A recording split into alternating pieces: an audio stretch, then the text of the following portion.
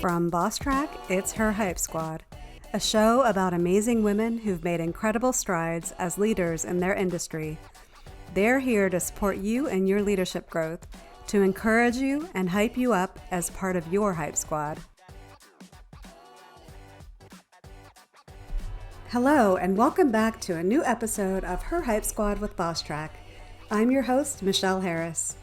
In this conversation, I talk with Sanja Cancar-Todorovic, Head of Enterprise Procurement, Outsourcing and Third-Party Risk Management at Home Capital Group, and author of Be Bold and Brilliant, the ultimate guide to kicking butt and taking names while unlocking your personal and professional potential. You're really going to love this conversation. But before we get to it, let me tell you about Sanja. With over 20 years of experience in large global organizations, Sanja Cancar-Todorovic is a passionate customer experience strategy and transformation leader, specializing in driving technological innovation, agile digital transformation, corporate culture evolution, and cost and quality streamlining via global procurement, strategic sourcing, BPO, ITO vendor management, and third-party risk management. Sanja is a vocal advocate of diversity in business. For decades, her passion has been mentoring emerging female leaders, strongly believing that diversity breeds innovation. This passion inspired Sanja to write her first book, Be Bold and Brilliant, which has already made Amazon's bestseller list in the career guide category. Sanja is involved with several different boards, all focused on either increasing female representation in the workplace or advancement of the professionals through education, certification, networking, and standards of practice. In addition to her numerous leadership awards, Sanja is also an avid speaker and a writer. She graced the front covers of 2 industry magazines in 2021, and since 2019, a number of her business strategy articles and other content contributions have been published by numerous international media outlets.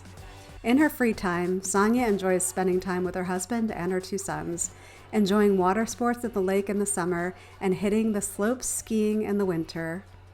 Now, without further delay, here's my conversation with Sanja Cancar-Todorovic. Hi, Sanja. I'm so happy to have you here. We're kicking off our first episode for Women's History Month, and I think our conversation and our topic that we're going to be going over is perfect for starting out this month. So I just want to welcome you and happy to have you here. Thank you, Michelle. I'm really happy to be here. And I think it's an important topic for an important month. So I'm really glad to be here to talk to you. Perfect. I would love for you to provide a little intro, a little bit of information about yourself. We did provide the formal bio up front, but we'd love to have you in your own words kind of give a little bit of background on who is Sanja. Perfect. Thank you. Yeah. So as you said, my name is Sanja. I have over 20 years of experience working in large global organizations, predominantly in male-dominant industries. So, telco, insurance, and financial institutions. And it is, I am passionate customer experience leader that is really focused on quality and cost streamlining through global procurement, strategic sourcing, BPO, ITO, vendor management, and third-party risk management. And I think one thing about me that I want to touch on, and I think it's important for this month, is that when I first entered the workforce back in 2000, diversity, equity, and inclusion was more of an aspirational goal. It was there, people talked about it, but it wasn't being measured. It wasn't being reported to the shareholders. And because it wasn't really being measured, it wasn't being done. So that's why I think when I say male-dominant industries, they kind of continue to be the male-dominant industries even now in 2023. Yes. Yeah, so that's kind of a little bit about me. I am passionate about equal representation when it comes to women. And I think you and I maybe touched on this before, but it's this whole concept of the McKinsey's report, Women in Workplace Report 2023 that came out that really shows that despite the modest progress, women are still dramatically underrepresented in the leadership roles. And I think that's kind of my biggest battle. There's a day job that I have, which is, the whole business sourcing, procurement, negotiating contracts with vendors. But there's this side hustle that I, for the last 20 years, that I was very passionate, I continue to be very passionate about, which is about emerging female leaders and getting more women to get in there and show that equal representation that we are still lacking today. Yeah, I'm glad you brought up that report because you're right. It was such modest and improvement, if you can call it that. I mean, they're like 2 basis points increase at the C-suite level.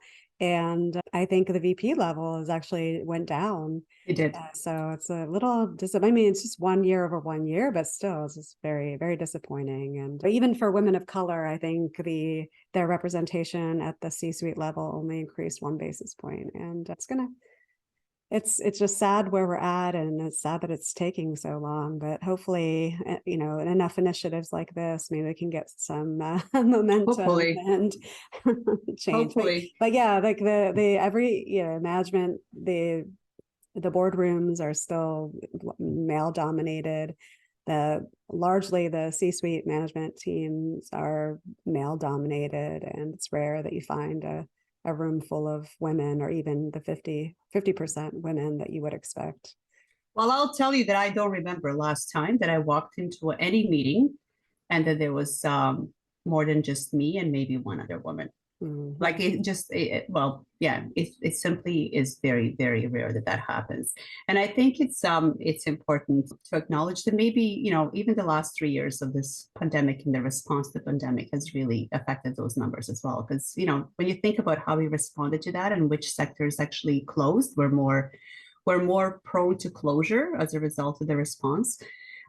It affected women a lot more than it did men, right? Because you're talking about, hospitality industries as an example. Like that was a female dominant industry that really suffered during the last 3 years. So yeah, not that that's an excuse for the McKinsey report, but it's very unfortunate that there was such modest progress. And when I think back to 20 years ago to where we are today, it's insignificant. The progress is like really insignificant.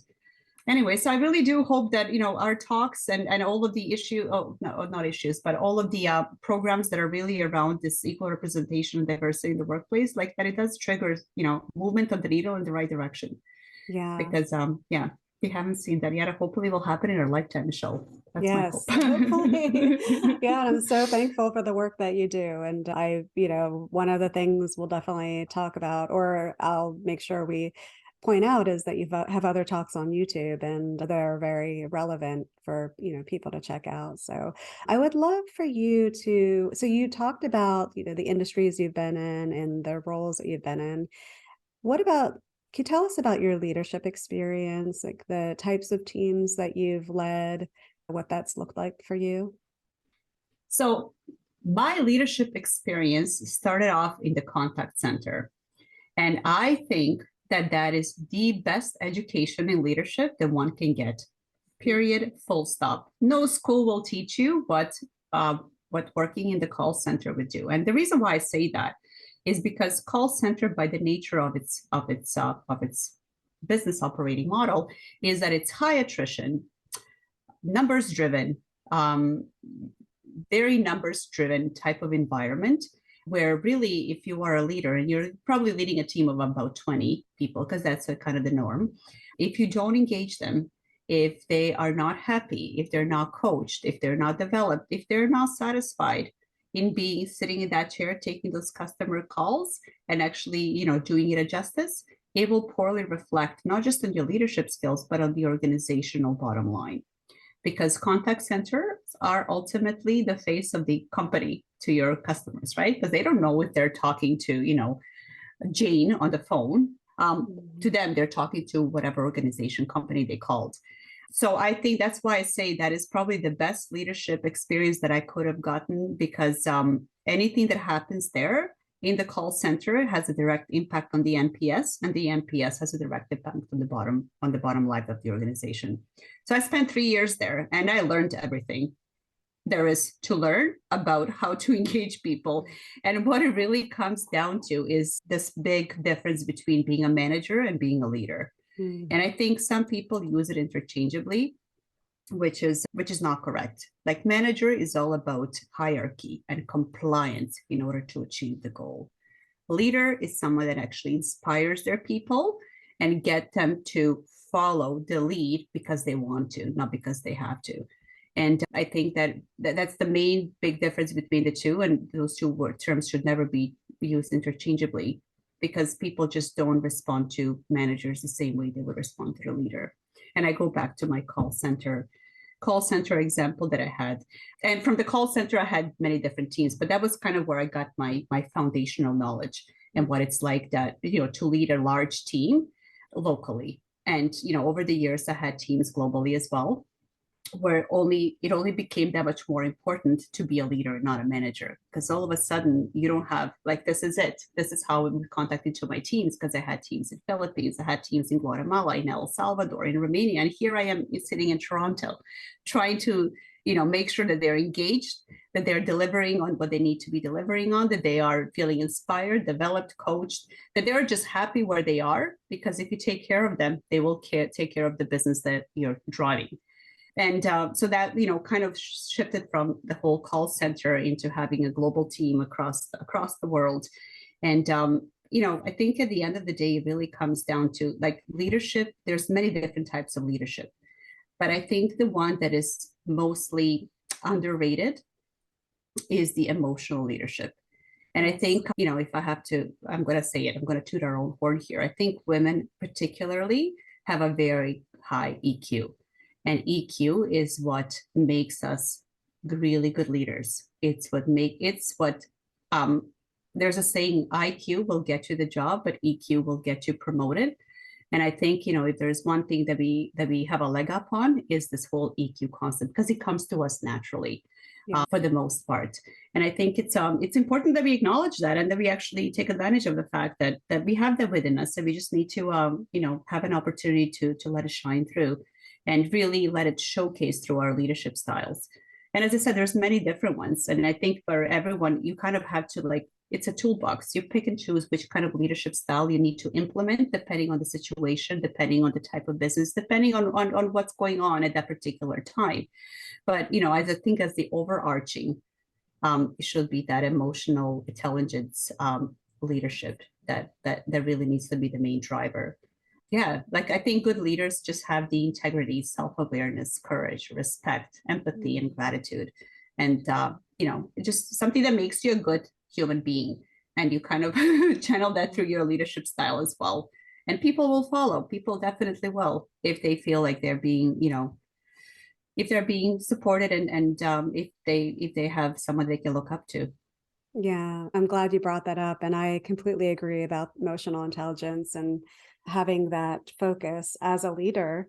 And women are more likely to have that emotional intelligence, but it's something that can be learned. And for men, you can see many of the leaders, male leaders that have achieved higher levels, have that emotional intelligence when they're considered to be a great leader.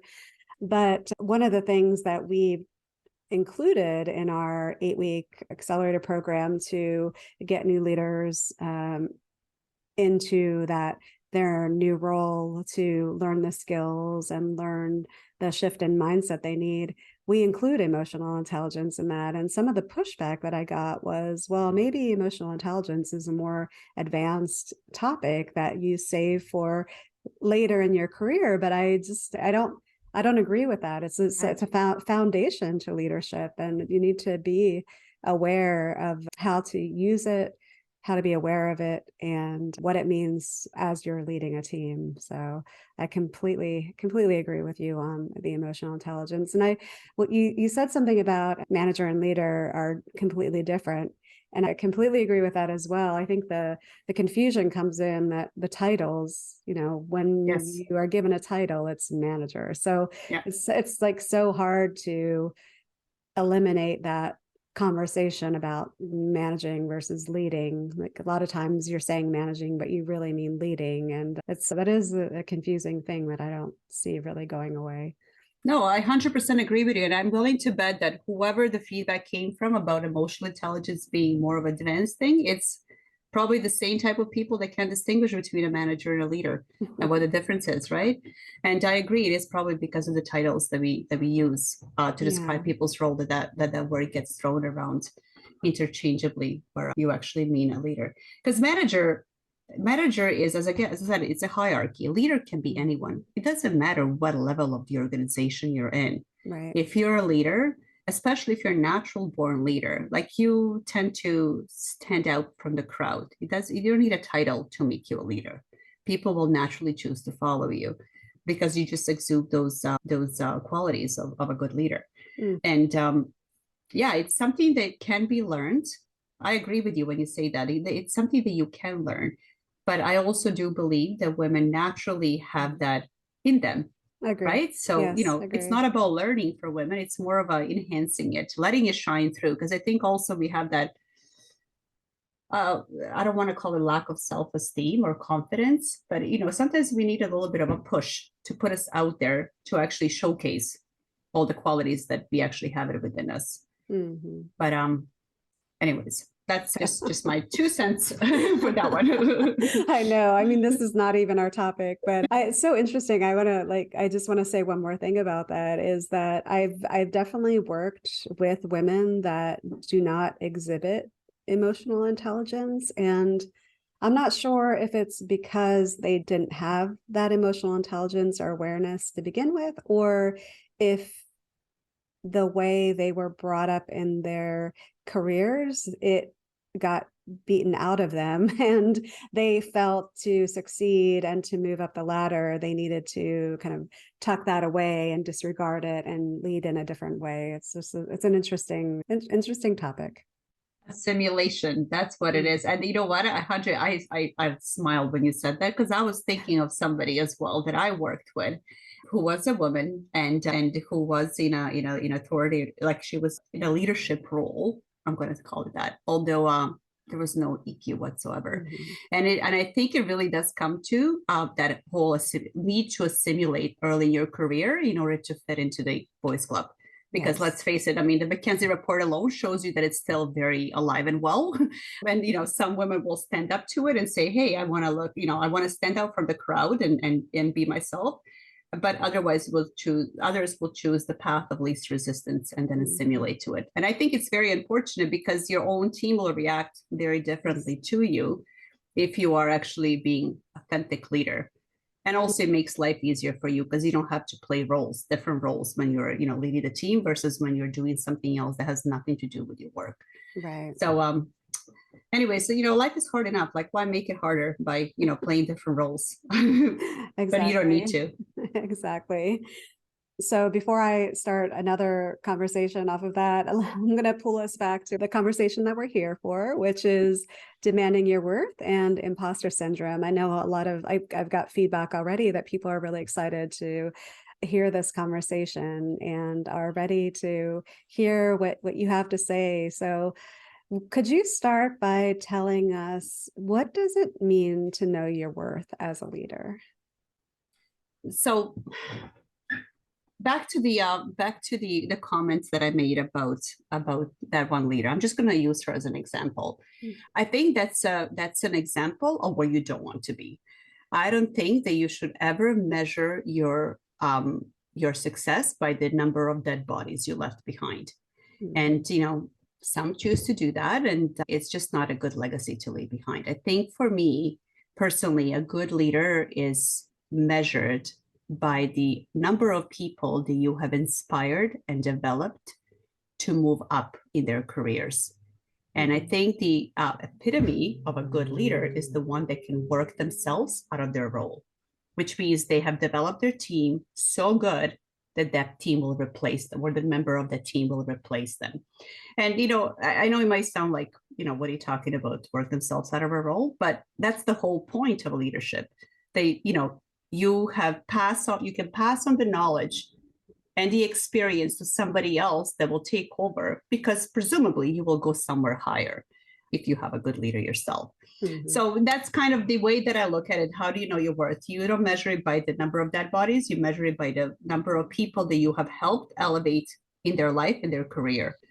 And again, that's the main reason why there's a huge difference between a manager and a leader, because the manager is not measured like that. For management, it's all about the deliverables, the hardcore numbers at the end of the day that you need to deliver on, regardless of what the attrition looks like, regardless what the employee engagement looks like, regardless what any of those soft costs that all of the organization experience look like. But when somebody steps back and kind of looks at those soft costs, overhead costs, employee engagement costs, and the attrition costs, and you measure with the, the outcomes that you actually delivered, they tend to balance out. Mm-hmm. So you're really not gaining anything by being a manager that's driving compliance. You gain a lot more by being a strong leader that's actually getting people to follow based on the fact that they want to do it, not because they have to. And what are some things that, so people listening, they're, buying into that, I definitely want to be that one that inspired and motivated and leveled people up and help them grow. What are the key things they should be doing or thinking about to do that? I think you have to, okay, right. Let me step back. I was going to say you have to be authentic, but before you even go down that path, you have to know your own worth. Like, have the self-confidence that you are everything that you think you are, like in a good sense. And I think for women, most of us have been conditioned to not have the self-confidence that most men have. And I don't know, like, maybe it's a taboo topic, but like, I see a lot of men enter the boardroom like they own the place and ultimately change the outcome of the conversation just based on the way they enter, based on the way they present themselves, based on the way they speak, based on the way they sit or stand while everyone else is sitting, where you have women that would naturally assume that submissive role and will like sit down in the corners of the boardroom so they don't take up too much space and they're not being seen as being in the way. And it's not because of anything else. It's just, I think, naturally the way that we've been conditioned by the way we were brought up, maybe by the societal constraints, maybe religious beliefs, or whatever the case might be, that has made us to be a little bit more less out there than most men. So I think it starts with that whole self-confidence. And luckily, for all of us, it is just what it is. It's a belief that you can change. And you can easily change it if you choose to. And there's many ways that there's many different talks that you can actually, there's on YouTube. I think was it Amy Cuddy? Amy Cuddy is my favorite talk, my TED Talk speaker, and she has this amazing thing that you can look up on YouTube, that where she talks about the power of body language and what it actually does and how it actually tricks your mind that even if you don't feel confident, she says, fake it till you become it. And you can do it. It doesn't cost you anything because we all have the our faculties to make it happen. We just need to know that we need to do it and how to go about doing it until you eventually get out of that comfort zone that was kind of ingrained in us. So it starts with self-confidence, and it has a domino effect because lack of self-confidence will lead to the imposter syndrome. Mm-hmm. And the imposter syndrome it's one of those, it's a psychological phenomenon that affects everybody, but women are a lot more prone to it. But not just women, it's the women who are overachievers. They're more prone to it as well, which I also think is kind of cute because it means that imposter syndrome is validating overachievers as being overachievers. So maybe that's a silver lining there. But, it's the false belief that somehow you faked your way into a role or a situation.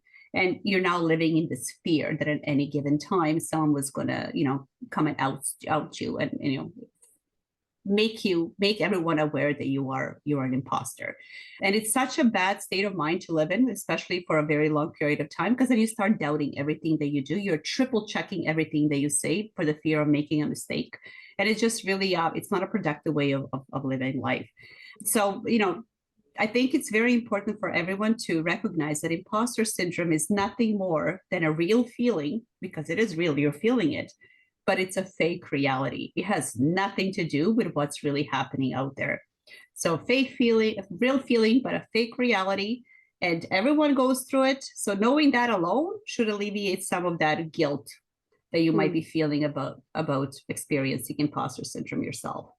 Yeah, I like to say, just for the benefit of people that might not have heard prior conversations, even Oprah and Michelle Obama, I mean, they both have talked about feeling that imposter syndrome. And I'm not talking even early in their career. I'm talking about like even in their yeah, exactly. So I mean, everybody feels it. So it's really important to say, I like how you laid it out, that it's a fake feeling. Like you're really feeling it, but it's a fake reality, I guess. It's a real feeling. I think you have to acknowledge it as a real feeling because, otherwise you'll just drive yourself crazy thinking there's something wrong with you. Acknowledge your feelings. Yeah, I feel this, but it's a fake reality. So just, it's not even worth thinking about it for longer than 30 seconds. And I'll tell you a story later because I think we're going to talk about that and my experience with it. But just knowing that alone, that should kind of take care of that whole imposter syndrome, and you get to suppress it. Because if you don't suppress it, you will just, it will make you assume that submissive role and not really come up as very confident, not only as a leader, but as an individual. I think there's a lot of argument out there between, about men versus women. And, some people would say that women are just naturally a little bit more submissive than men.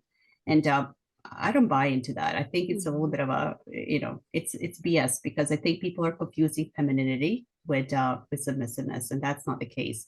I think that people, regardless of the gender, will assume the submissive role when they feel that somebody else is smarter or better or whatever than them. So that's what drives the whole submissiveness. It has nothing to do with our chromosomes.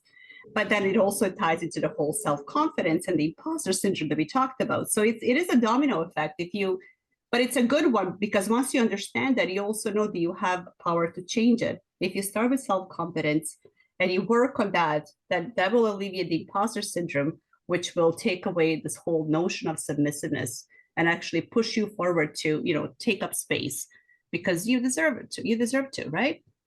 We totally digressed. The topic was not about this. I don't know how we got to this one. No, I think they naturally just go together. Yeah, no, we were talking about confidence, which I was actually going to bring us back to. I was just talking to somebody the other day about confidence being that key to successful leadership. And you brought it up and like knowing your worth, first thing to getting that feeling of self-worth is to have developed that confidence in yourself. Like, how did you develop your confidence and how did you develop like your feeling of self-worth as a leader? It took me a while. It really did. Just like most women, just like the example that we had at the beginning, I think very early in my career, I also felt that I needed to assimilate into my surroundings in order to fit in. And Michelle, like, I'm not even kidding. I actually went to the point where I dyed my hair brown to see if that will make people take me more seriously. And the funny thing is, it worked. Oh, wow. It actually did. So for about a decade, I had brown hair, and I was very, I never wanted to disagree with anybody. I was a people pleaser. Because I thought that that's what was expected of me in order to fit in order to assimilate to my surroundings, in order to move up. And I don't know, like it took me a while because I'll tell you the shift for me really happened when I had my first child. And I don't know if it's the motherhood or simply me growing up. But, I remember one day I just woke up, I didn't even sleep. I had a newborn, but I just had a thought and I thought to myself, why am I doing this? Yeah, it's making me successful in my role, but it's not making me happy. And I think that was a tipping point for me where when I came back from maternity leave, I came back looking the way I look now. Like my blonde hair is what I always had. Why did I change that for somebody else? Why did it take a different hair color for me to actually be taken more seriously? And I think that's kind of how it started for me. So it was, how old is my kid now? 13. So 13, 14 years ago is when I kind of said, screw it. I'm going to be myself. And that's the way it's going to happen. And that's when things just started falling into place because my confidence level shot up. And then people around, and that was reflected on the people that I was working with and they were reporting into me because I also now channel that sense of pride and confidence into them as well. And all of a sudden you have a shift in dynamic within the teams as well, and the productivity of what we do. It was just a positive trickle down effect on everyone that was around me. So that was kind of the my social experiment that kind of led to my aha moment, as Oprah would say it. And now I keep telling everyone, like, you got to be yourself. Yeah, like maybe for a short little while you can try to assimilate. And it might work, but it's not going to make you happy. And it is so, so tiring to try to play different roles one reserved for your workplace, one reserved when you're with friends and family, the other one reserved when you're in a social setting with someone that could be work related. Like, it is just tiring to keep track of everything. Why just not be yourself for everybody? And if they don't like it, then maybe they're not worth your time. I don't know. Just a thought out there. Yeah. So, I don't know. Again, I'm not saying that the blonde hair gave me superpower, but it definitely made me feel more confident in myself and everything that I do. And that's really when I started to really take it seriously about, exposing myself and putting myself out there, stepping out of that comfort zone that I was in for, a long period of time, well, number of years at that point. And just getting out there, thinking, what's the worst that can happen, right? Mm-hmm. Either I will succeed or I will learn something that will help me next time I try the same thing. Mm-hmm. And it kind of snowballed into what it is today. So yeah, that's kind of my advice. Like, live your truth. It really does come down to that. It is hard. Like, it might be hard because it could be controversial. It could be, unorthodox, depending what your truth is. It could be whatever, but it's one thing that will for sure do. It will make you feel so much more self-assured and confident in everything that you do. And that's kind of the point at the end of the day anyways. Yeah, and I think it's important to note too that when you're a leader, you're accomplishing things through others, through your team or through people around you.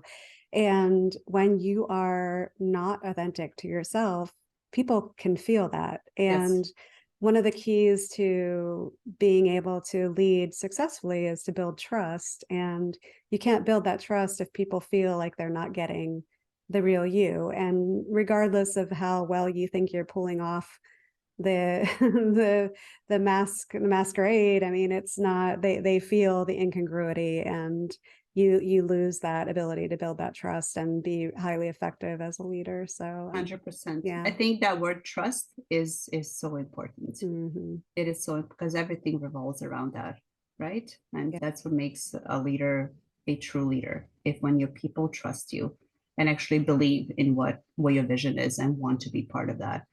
And you can't get that if you're not being authentic. You simply just can't.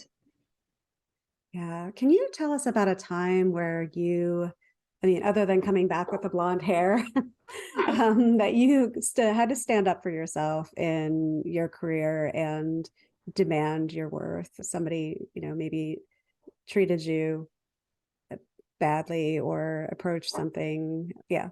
Yeah. So, what, I think this one, my time, I do it every time I change roles. And I want to use that as an example because I think there's an underlying problem that women have, and that's the one where they simply do not negotiate for themselves. Now, whether it's unchecked imposter syndrome or it's the fact that they don't feel self-confident or whatever the case might be, but the gender pay gap is a real thing. And if you don't know, if you don't know or you can't articulate your own value, someone else will tell you what it is, and it will always be less than what you're actually worth. Mm-hmm. So again, it ties back to this whole confidence and really understanding how confident you are and how that ties into your own value. And I want to talk about women negotiating for themselves when it comes to addressing that whole gender pay gap, because there's many studies around it. Mm-hmm. And what they're all showing us is that only 30% of women will actually negotiate their salary. Everyone else, the other 70, will just accept whatever is given to them.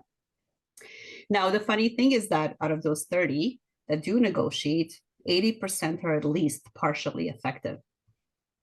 And if you're afraid about negotiating because you don't want to, stand out, go against the grain or maybe be seen as not agreeable, whatever the case might be, I'll tell you that 90% of employers statistically have never retracted their offer because someone wanted to negotiate their salary. Mm-hmm. And 80% of them statistically have 5 to 10% wiggle room on that first offer. So it literally pays to negotiate for yourself. And if you don't do it, you are simply leaving money on the table and further, feeding into that pay equity issue that we have going on. And we do, like, I'm not going to deny it. It is there. It's, I think at the entry level roles, it's really minimal, if existent at all. But the further up you go in your career, the pay equity gap is bigger and bigger and bigger. So if you don't start negotiating for yourself right up front, it snowballs into a big problem that speaks to how much money you can actually potentially earn for the duration of your career. So I personally do it every time. And I think it's important to do it for yourself, but I also think it's important to be open to actually changing roles frequently. When I say frequently, probably 3 to 5 years. If you're in the role for longer than that, probably at around 3-year mark or around there, you're already below market. Yeah. If you're with the same company in the same role, right? So, but it's the comfort zone that women prefer. Yeah, I like where I am. I'm comfortable. I know my job. But I think that's precisely when you start feeling like that, when it's time to actually leave. Because if you're in your comfort zone, you're an autopilot. You're not learning anything new. There's nothing else exciting, unless, of course, you prefer to be on an autopilot. And that's a different conversation altogether. And that's why we need to talk about your confidence in stepping out of your comfort zone. But 3 to 5 years is probably a good rule of thumb to start looking for new opportunities that will stretch you from your current position, that will expose you to new things, that will increase your own value as you move up in your career, and that will ensure that you're always staying ahead of the pay gap that we talk about, or at least try to mitigate it as much as possible. Because it's a real thing, and I don't know that it's gonna go away, Michelle. I hope it does again in our lifetime, but based on that McKinsey report again, like, there's just not enough of us to make the tail skip to make the skills go into our favor, because we are still very much underrepresented. Yeah, I can't remember the year, but I think the projection is that it's probably outside of my age range that will see that parity. And I wanted to kind of expand on what you said and agree with you on that, moving roles every 3 to 5 years. It's something that people don't necessarily know until you are a leader and you see it for yourself. But when you are being promoted, companies typically have policies in place where there's only a certain percentage that you can give somebody when they're being promoted. And most companies are not market rate driven. They're not looking at a position and the market rate. So they're not saying, okay, I'm going to promote you to this level. Market rate for that level is this. So even if it's a $30,000 increase, I'm going to give you $30,000. No, you could be at $50,000 and you might get a 5 to 10% increase. So what is that? That $5,000 at the most. So now you're at $55,000 versus the $70,000, $80,000 that the market is. And the more you stay with that company, I mean, the worse it is. You go up levels and you're like even more extremely underpaid because they're giving you that level of increase. And it's sad that companies are designed that way. So it's unfortunate too for leaders trying to manage that, because it's when the person finally threatens to leave that you're able to have some leverage or no leverage at all. I've fought so much for larger pay increases just because it's hard to compete if you're not doing that. And you don't, I mean, as a leader, you don't want to lose your people, your good people, and you want to treat them well. So it's a constant battle as a leader to fight HR and policies to make sure people are getting, and a lot of people aren't up for that fight. So it's sad. It is what it is. It's 100%, like, I 100% agree with you. I'm glad that we're actually talking about it, because it's not being talked about. It simply isn't, right? It's one of those topics that, everyone is keeping really under the hush hush. I don't even know why. But I think what most organizations don't realize, or they don't want to realize, that it's a lot more cost effective to retain a good employee or a customer, same thing, than it is to acquire a new one. And you're right, 10% is probably the max you will ever get if you get promoted within the same organization. Where if you were to go out for the same or a different role, your increase is whatever you negotiate within the sliding scale of the market value at the time. So it really does pay, first of all, to negotiate for yourself, but also to be open to that change. And again, not everyone is. A lot of people just get comfortable and maybe start feeling complacent about, like, I'm fine where I am. I like the people around me, which is important. You have to, it's good that you like people around you, because you spend 8-10 hours a day, probably more than you do with your own family. So it's great that you have that work, that relationship that actually makes work fun. But we all need money to survive and live, right? So I hope that people are at least realizing on that. They're realizing it soon in their career, as opposed to, because I'll tell you, I still talk to people, because I still do mentoring all the time. So I still talk to people that have been in their jobs for 20-30 years. And their ultimate goal is the gold watch, pension, and benefits. And they're not in their roles that they love. Like, it's not necessarily something they love. It's just, it's there. It pays the bills. And, in the next 5 years, I'm going to retire. I'm going to have this great pension. I'm like, yeah, but you're going to be 65. Like, what? You have another 10, 15, 20 years of good health before it starts deteriorating. So what's the return on the investment here? 30 years of misery, only to have maybe 10, 15, 20 years of benefits and pension while your health is falling apart. And also, no one really talks about this collateral damage that this type of thinking creates, because those 30 years of misery does create the worst version of you for the people that should probably matter the most, like your family and friends. Yeah. So I just don't understand the whole return on the investment. What's the long run goal here? That I don't know. It doesn't make sense to me. So I think, as a leader, I know we hate losing our people, because it's hard to get good talent. But at the end of the day, you got to encourage everybody to, think for yourself, and you have to create your own path and your own success. No one is coming to save you. Like, you got to fight for yourself. And I'm talking this as a leader, but also for myself. I think we all need to understand that nobody's out there to look out for our best interest. It really comes down to us to create that happiness, success, wealth, abundance, whatever the ultimate goal is, and actually work for it. Yeah. Yeah. And just, I want to move on to imposter syndrome, but I just want to, if you could repeat the statistics. So just for everybody to round out this conversation about pay, only 30% of people ask.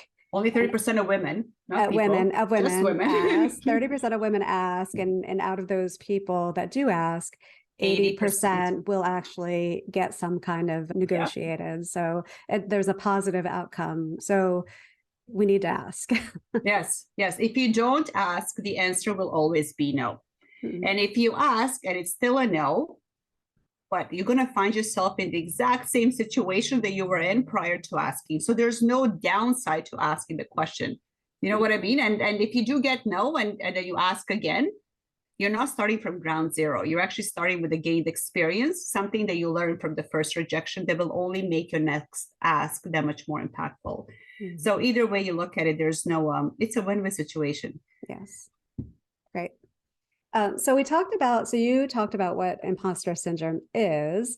Have you ever felt imposter syndrome? And can you describe kind of what that felt like and what it surrounded? Yeah. So the first time I experienced it, it was years ago, and I didn't know what it was. Okay. So that's why it's a story that's stuck in my head. There was a really, really amazing role at a time that I was very much interested in. And obviously when it became available, I put my name in the hat. I over prepared for many different interviews, because, it kind of goes in phases, and I impressed my interviewers every single time. So finally, after a long drawn out process of hiring, I got an offer, and I was super excited. It was my dream job at the time. Obviously that changed, but dreams evolve. But at the time it was what I wanted. So when it was finally presented to me, obviously I accepted it. And for the next 3 months, instead of, going out there and kicking butt and taking names like I knew I would, because I knew I was qualified for the role, I spent the first 3 months literally living in agony, thinking that at any time someone was going to knock on my door and, say, oops, we made a mistake. We actually meant to give it to someone else who is more qualified. Or worse, oops, we thought you were a lot better than you actually are. So we're going to take this role away from you. So that lasted about 3 months. And shame on me for letting it go on for that long, because for those 3 months, it was a very stressful period of time because I was trying to prove myself in the new role, but I was also trying to prove myself that I wasn't an imposter. That led to me like triple checking everything that I did. Like I just wasn't really as productive as I probably should have been, knowing that before I got the role, knowing that I was qualified for it. So about 3 months later, I turned to my mentor at the time, and I called her and I said, "Hey, like, I'm losing it. Like I'm about to lose my mind, and about to lose this job too, because someone's going to figure out I'm not as good as I thought I was." And her reaction was, it was priceless, because she started laughing. Like that was her reaction to me. And when she finally, like I didn't know what was wrong with her, right? It was just, it was an awkward reaction that I got from her. And then when she composed herself, she said to me, "Hey, what you're experiencing, it's called an imposter syndrome. It is not a real thing. It's all in your head. You might be crazy, but that's a different story for a different day. So snap out of it. Like, you're good, snap out of it." And that's kind of that was my first really counter where I actually had a label for what I was feeling.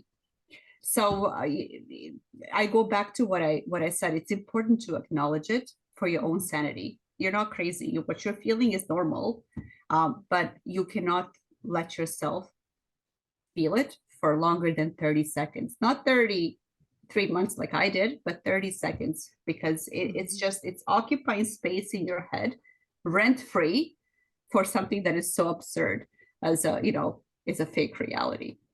So that was kind of my first encounter. And that now, since I knew what it was and how it felt, now I can recognize it all the time and kind of suppress it right away by, saying to myself, "Step out of it. Of course you're good." Maybe I'm overconfident for saying that. I don't know. Maybe that's what it's coming across. But it's that self-talk that you have to, it's a pep talk that you do with yourself that, kind of forces you to suppress the feelings that are not real. Well, I shouldn't say that. They're real feelings, but the realities that are not real, that you're feeling because of this, psychological phenomena. Yeah. Do you have any actionable strategies or ways to deal with imposter syndrome for people to recognize it and deal with it? Because like you said, it took you 3 months. Like, how do I recognize that it is imposter syndrome, and how can I move past that quickly? So there's 4 easy steps, okay? Like it really is 4 easy steps. Step number 1, when you start feeling it, recognize it for what it is. It's a real feeling, but a fake reality. Step number 2, think about it for 30 seconds. Don't give it more time than that, because it is not worth it. And definitely don't do it for 3 months like I did, because that was just agony. And it just contributed to more feeling of being an imposter. Step 3, ditch it. You have better things to think about than this fake reality thing. There is so much more that your mental capacity needs to be occupied than something that is not even real, because it's all in your head. And then, step number 4, chin up or your crown is going to fall. That's really what it comes down to, because it's fake. Like you can't deal with something. How do you deal with something that's not even real? It's like a fairy tale, right? Just not a very pleasant fairy tale. So just acknowledge it for what it is and just suppress it, because it's not worth your time. But again, knowing that everyone goes through it should give you at least the confidence to know that you're not crazy. It's okay. It's okay what you're feeling. And you shouldn't feel guilty about feeling it, because I'll tell you, Michelle, even before this talk, I had imposter syndrome. I thought to myself, oh my God, Michelle wants to talk to me. What do I have to offer? Why would people listen to me? And then I caught myself saying that. And I'm like, what do you mean? Of course, I have value. I can teach others what took me 20 years. I can teach them in 1 hour and, maybe help so many people not go through the same pain points that I went through. So there's that for you. Yeah, no, and I'm so glad that you came on. So what is one thing you wish you would have known when you started out as a leader? Oh, I wish that someone would have told me that leadership is more about personality than the subject matter expertise. And I think a lot of people believe that if they're really good at specific subject, like whatever the role they're in, then that will make them a really good leader because they have a lot of institutional knowledge they can pass on to their team. Mm-hmm. And that is the furthest thing from the truth. And a lot of companies get caught up in this belief because they will promote within based on the subject matter expertise. And that doesn't translate into good leadership all the time. So leaders should be chosen based on their ability to influence, lead, and empower people, not based on the subject matter expertise, because those two are not the same thing. And I wish someone clearly articulated to me instead of me learning on my own, because I think it would have made things a lot easier for me. Because I'll tell you, my first manager that I had no people skills. They were really good at what they did. They knew the subject matter very well. They were maybe a good instructor, not even a teacher, because it's instructions that they were giving away. But their team was suffering. The team would attrit out completely in the matter of 12 months. And everyone was kind of scratching their head to say, like, why? Why is that the case? Why? I mean, you're producing good numbers. Why is your team leaving? Mm-hmm. And no one really wanted to step back and say, okay, hold on. Just because you're a good manager and you have the expertise in the subject that is, work related, it does not make you a good leader, because people will simply not they just will not it will not resonate with them, that type of managerial style. Mm-hmm. So yeah, that's kind of what I think. And I think it's important that, again, back to what we said at the beginning of this talk, there's a big difference between being a manager and being a leader. Yeah. And you don't need to have a title to be a leader. So true. So true. And we talked about a mentor earlier, or you mentioned a mentor earlier. Who was the most important mentor in your career, and what did they do for you? I don't know that I can single out one, because I had so many. I had so many, and some of them were organically that happened. Some of them were through mentorship programs. But I think what all of them had in common is that what they taught me is that you can never stop learning. It's a journey. It's a never-ending journey.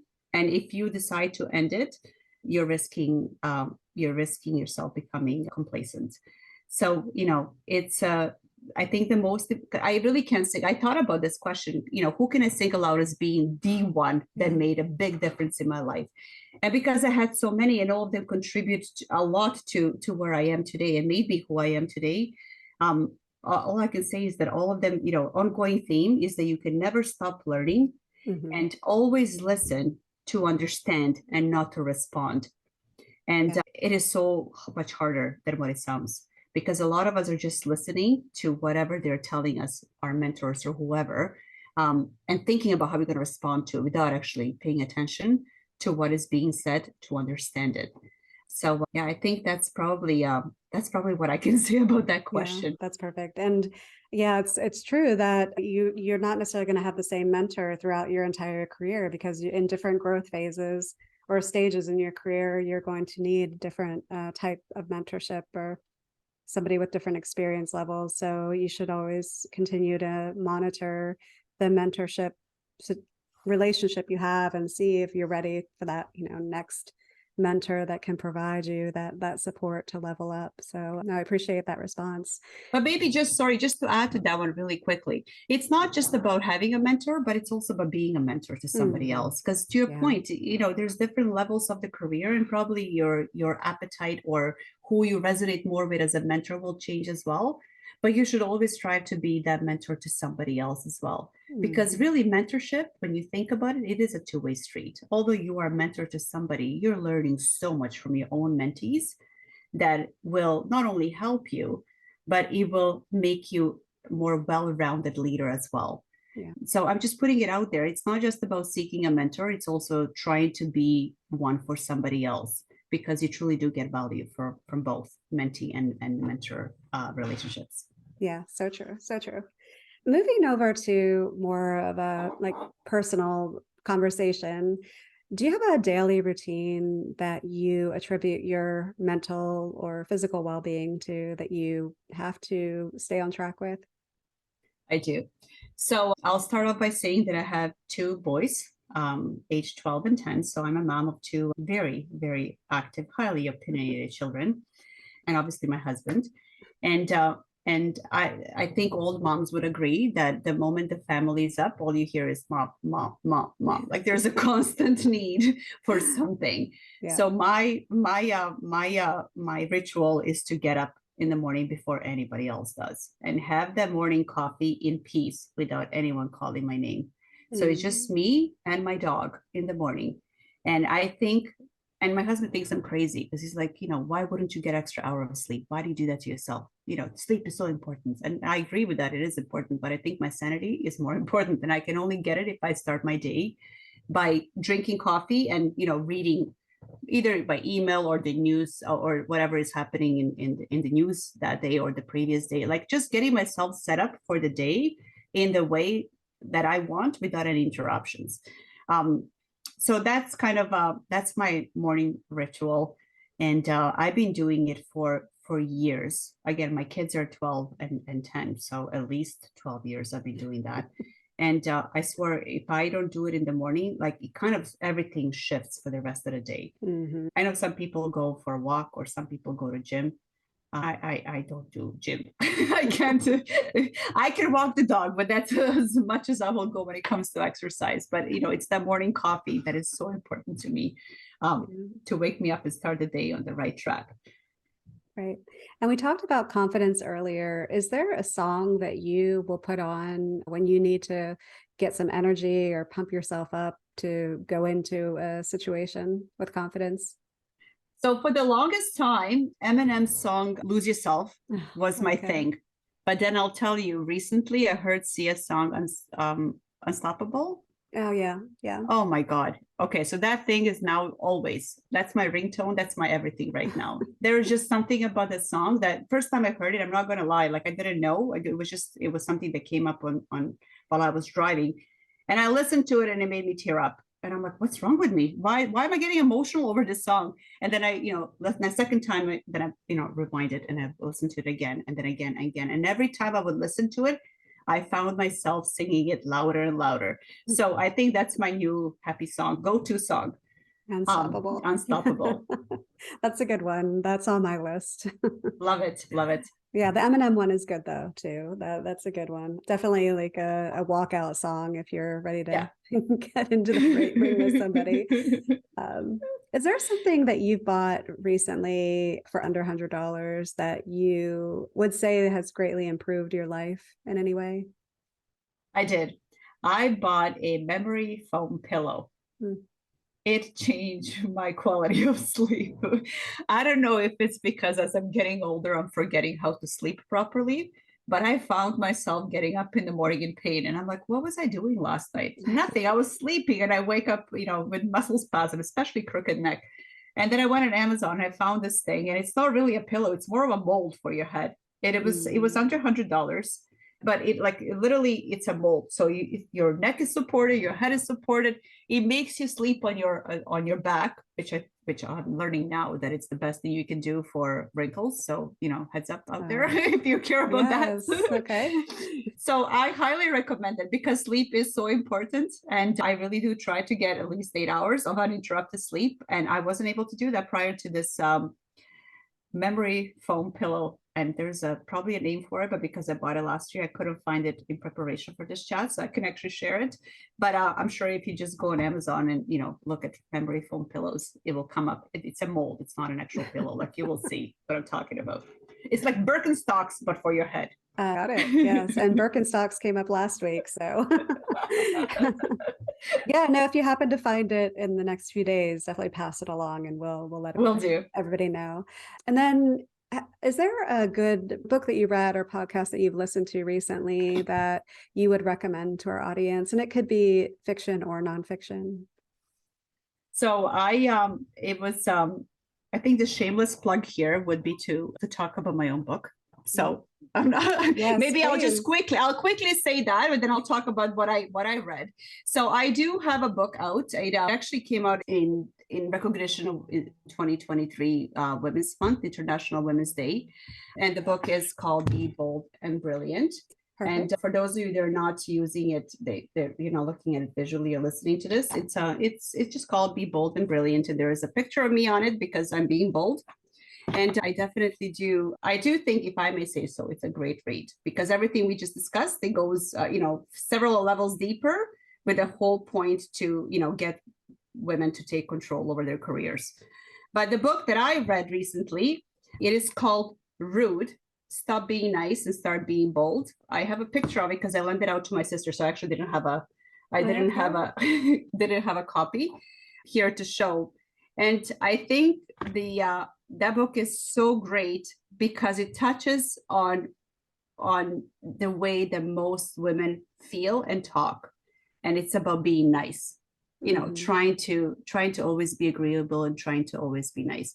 So I do recommend that one as well, because I think it will, first of all, make you laugh because it talks about even the taboo topics that women are trying to be agreeable on. But also, I think when it takes somebody to point out where we are lacking in order for us to actually understand that we need to snap out of that. So again, it's called Stop Being Nice. It's called Rude with a subtitle of Stop Being. Yeah, I'm going to open it up again if I can. Now I can't find it. Oh, I closed it. Okay, never mind. That's what it's called. Rude. It's called Rude. Rebecca Reed. But yeah, we'll share it in the notes. So I honestly, that hasn't come up on my radar at all. So I'll have to add that to my list and check it out for sure. Perfect. So this has been such a great conversation and so valuable. And I hope that people listen to the entire conversation and check out your book for sure, because you go into so many other topics and including the topics that you've started discussing here. But is there anything that you want to close out this conversation with? And is it okay for listeners to reach out to you? And if it is, what is the best way for them to reach you?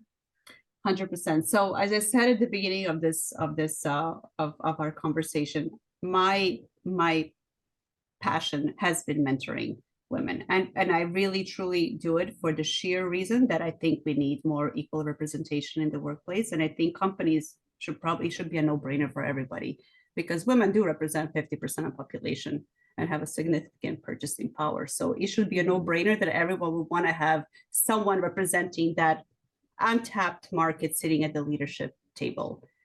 It's unfortunate it's taking this long for everyone to wrap their minds around it. But anyways, let's get ready for when it does happen. So that's why I still, mentoring is my biggest passion. And I do it not just with emerging female leaders, but for the last decade, I have also been doing it with women entrepreneurs, because I work very closely with the two nonprofits here that are focused on minority-owned and women-owned businesses. So because that is my passion project, I want everyone to know that I am more than open to having conversations. If you have questions, if there's comment, if you just want a sounding board, I am available. And I think LinkedIn is probably the best networking place for anybody. You can find me there, and I'm going to put it out there for anybody that actually reads my book and wants to talk about that or anything else book related. And you want to do it one-on-one, more than happy to do it. I think that I want this conversation of ours and my book and everything else that everyone is doing around Women's International Day to trigger a positivity in these uncertain times that we live in, because I think we don't have enough positivity as it is. So I want this to snowball into a chain reaction of some positivity that women can do, not just in March of 2023, but starting in March 2023 and every day afterwards. I think we need some sort of a happiness revolution, because we haven't had that for a very, very long time. So for everyone listening, by all means, please find me on LinkedIn. And if you do read my book and you want to talk one-on-one about anything in there or anything at all, I am all ears. Great. Do you happen to know your LinkedIn profile, how they find you? Is it your full name? It's my full name. That's exactly. Okay. So my LinkedIn profile is my full name, and the book, you can also go on Amazon, just type in my full name, it will come up, because I'm the only one out there with this name. Perfect. So Sanja Cancar-Todorovic. Did I get that right? You got it right. Okay, perfect. Okay, so we're all ready for a happiness revolution. So that should be the name of this Yes. talk, Happiness Revolution. Thank you, Michelle. Yeah, well, thank you, Sanja. Thank you so much for coming on, and I appreciate it, and I hope you enjoy your day. Thank you so much. You too. All right, bye-bye. Bye. Hi, everyone. This is Michelle again. Just one more thing before you take off. If you've enjoyed this podcast, consider joining our Patreon at patreon.com/Bosstrack, or sign up for our free weekly newsletter. It's easy to sign up and easy to cancel. Every Monday, we send out a short, exclusive newsletter of what we found during the week that we're excited about, we're inspired by, and we're watching and reading. If you'd like to check it out, just to go to thebosstrack.com/newsletter. Just type that into your browser, thebosstrack.com/newsletter. Drop in your email and you'll get the very next one. Thanks for listening.